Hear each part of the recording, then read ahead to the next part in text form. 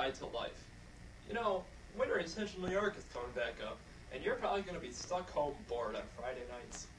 What better way to curb your boredom than by playing a board game? Oh, but what to play? Are you too ambitious for Yahtzee? Too dumb for Trivial Pursuit? Are there not enough girls around to play Twister? Then why don't you fall back on the grandfather of all games, Monopoly, the gentleman's game of greed. In this episode, I'll teach you some of the finer strategies so that your next game of Monopoly will be a victory. The first thing you need to learn is proper board setup. This is the wrong way. And this is the right way.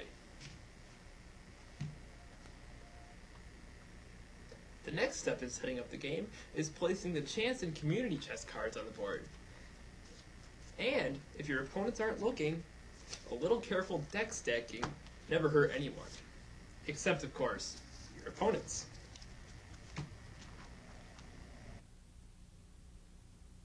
Next, you'll need to find some opponents.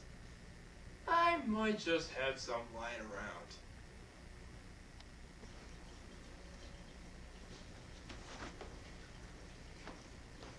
Hey, you guys want to play some Monopoly? No.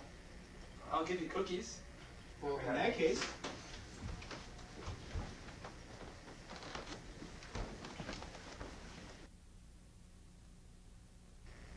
Now that we have players, we need to choose our tokens. But there's more to these fake pewter icons than meets the eye.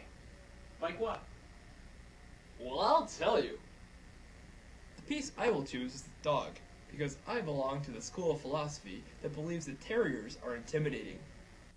The top hat would also be an appropriate selection, because the top hat was a symbol of wealth at the time this game was created.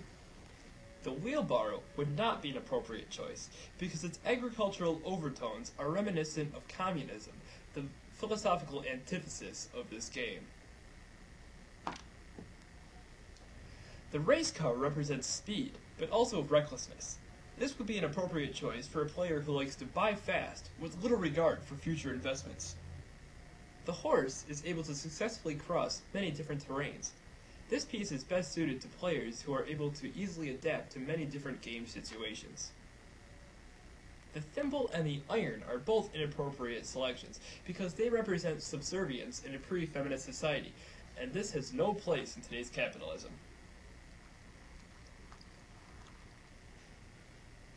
Battleship. Wrong game. This is an artillery siege cannon. This is a very aggressive piece, and is best played by players with a similar personality. Ah yes, and finally, we have the boot. Don't play the boot. The boot represents humility, earthiness, and poverty. Since the name of the game is to get rich, this is counterproductive. Summarizing, the boot stinks.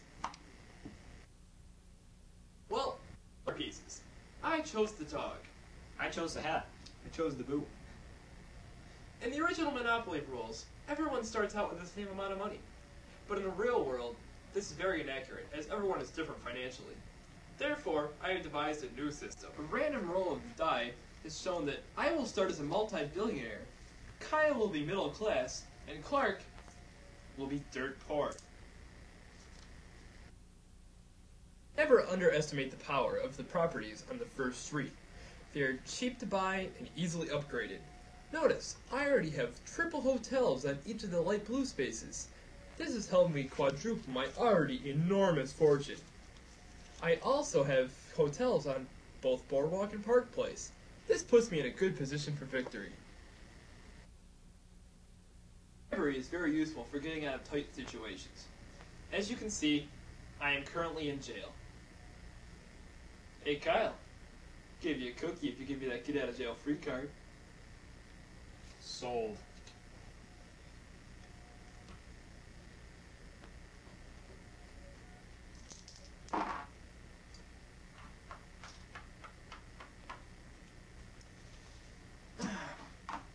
One popular house rule is to have all money collected through taxes and fees to be placed in the center.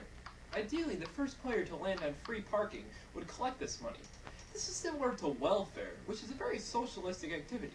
This is why this house rule completely contradicts the original capitalistic nature of this game. Also contradictory is community chest. Community chest denotes that everyone is drawing on the same resources. This is very socialistic and completely contradictory to capitalism.